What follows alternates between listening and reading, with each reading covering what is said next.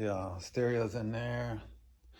The has these buttons here on the steering wheel to shift up and down, or you can pull the shifter down and put it over in manual, and it'll stay when you shift the gears. These, if you keep that on automatic, just drive D, and you move these up or down, when it hits a certain rev, it's automatically shifted. If you put it in manual, it'll hold it in whatever gear you put it in from these. I mean, this is the smartest thing ever. No clutch. It's just unbelievable. I have no complaints. This transmission, Tiptronic, it's called Porsche. It's just sick, man. It's just so awesome. And downshifting this thing, the rumbles with the aftermarket exhaust sounds really good. And I'm terrible at making sound videos, so maybe I need to work on that now that my Facebook page has 13,000 members. It's probably on me to start posting some videos to YouTube and showing them there on Facebook, because I need to set the example if I got a Facebook page, right? The tan interior, I don't really like it. It was always like that. And to buy the new black interior to swap this carpet out, it's like thousands. It's ridiculous, and they make them to order. Make to order. So I then was looking for used ones, black ones, but they're just so faded because they're all in convertibles, and I'm like, I'm not gonna go to a black one. It's gonna look worse than this, and it needs vacuum big time. But it's I guess I can live with it, but I think it would look a lot better if it was black. And the side panels over it, I did those black felt or whatever. I covered all those. What else? I built this, made this, whatever you want to call it. It is not carbon fiber, it's carbon fiber sticker. And then I bought these letters, the words, somebody made them for me on eBay. And to me, look at this now. It looks like this space here is too wide, but that's how it was. It was one big long sticker, so I didn't put the spacing on. But Aventador. And I think what I did is I took this straight from the real, the wording and the font, so it matches. What else? They put a VIN in a door jamb when you build a car. They put a sticker here for California, not see smog and all that nonsense. So this car still needs to pass smog, but when it was registered, I don't know, it's like 5 years and they never made me re-smog it. And they don't do the, the dyno smog anymore. I guess there's so many lawsuits they outlawed that. But they used to put that on there and run the car. Now it's just they put the sniffer in the tailpipe, and then they do the visual, and they want to see the cats and all that stuff. So for the states that don't have that, you guys are lucky, man. You can really have your car scream with no cats and all that good stuff. But that's the way it is in California. What else? This thing down here, made this, put it down there, carbon fiber sticker, and it's really low, so you have to be careful, don't hit nothing. These things are so expensive to buy, these little metal badges, just ridiculous. I think that badge right there, if I remember correctly, was like $125, I think. And I think that's probably cheap. I bet now it's probably that huge one like that is probably $200-300. And then the word on the back of the car, the Lamborghini is chrome. I should probably have it black. And that's same. It's like $100 and some now there for the script words, but they're not the real one. But who cares? To me, it looks exactly the same as the real one. It's really dirty, and like I said, the same as the back. It's cross-drilled rotors because it's the Boxster S. If you just get the standard Boxster chassis, it doesn't have those bigger calipers. It doesn't have the cross-drilled. Oh, and these calipers, this cover I put over top to make them look bigger than they even are. I mean, they were already red, but they're not that big. It's a plastic cover, and those have been on there for years, and it never came off, and it looks pretty damn realistic to me. The ones in the front are bigger than the back, but I noticed on the real Aventador, they're like huge. I think it's like halfway around the whole side of the wheel. I could put a guess bigger one. I don't know. I think it looks good enough. But the back ones are smaller, even on the real one. So what else?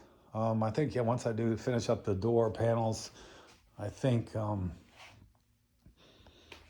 gonna say it's done, and then not sell it yet. Still not yet. Oh, here's the roofs, and yeah, the enemy Ferrari. No, just kidding. And then here's my roof panels. Same thing. I covered this with carbon fiber vinyl, and they just here collecting dust. It's a little bit rough here, but this is where they join together. There's two pieces. And this is, no, that's not touching that. But I only had them like once or twice, but it's kind of cool. But it's California. You don't need a roof. Even at night when you take it out, just turn the heater on. I took it out last night. Oh, if you guys got any questions, let me know. I'm no rocket scientist. I'm kind of winging things.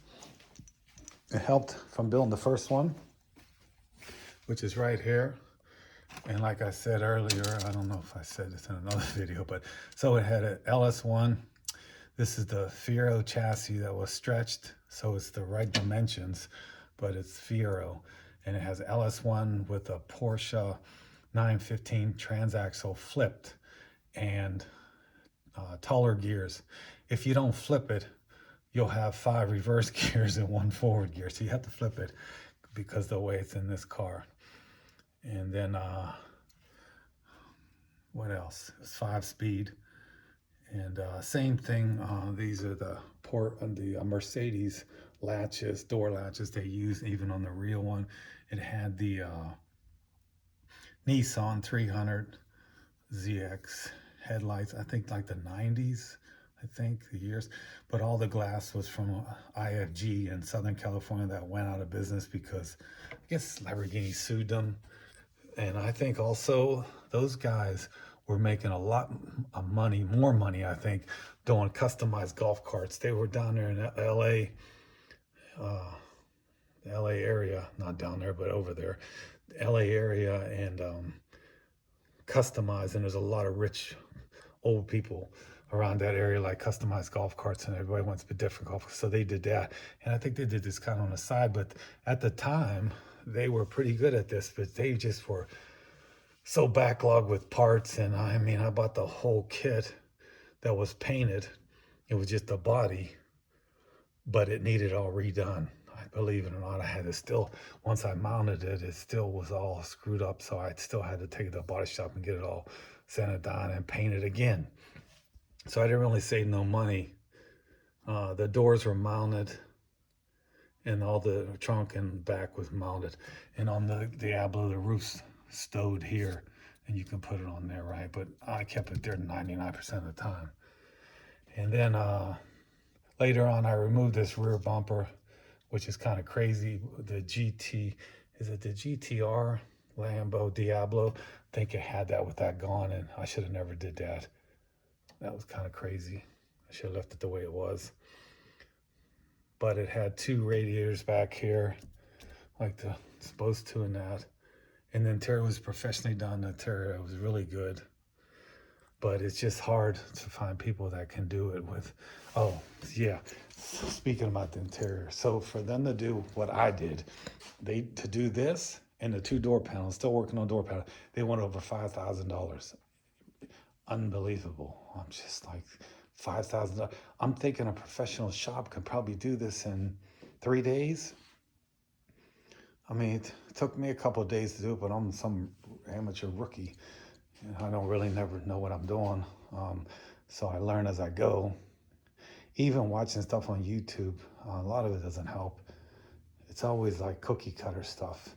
I try to find ones that building something out of nothing. Like with like a door panel that they're not recovering some regular door panel, they're customizing and changing shape and stuff like that. Those videos I think are more helpful for me. But yeah, I just can't see paying. I mean, you keep sinking all that money. Are you ever going to get out of it? Yeah, you're going to enjoy the car and everything, but I mean, I don't know what this cost me to do this. A can of that stuff was $100, I think, for the cement. And then the vinyl is really cheap. $20, $30, I think, for the roll. And then I work on but my manual labor, sweat and tears and time. But it's a kit car. It's a car that you're gonna do yourself. It's hard to find good shops nowadays that can do these cars. I mean, the biggest part I think people get stuck on is the door hinges. And not so much of the Aventador. It was more so back in the Diablo days. People would just send their car to the place and have somebody do the door hinges for them. There's not too many Aventadors that I see on the internet.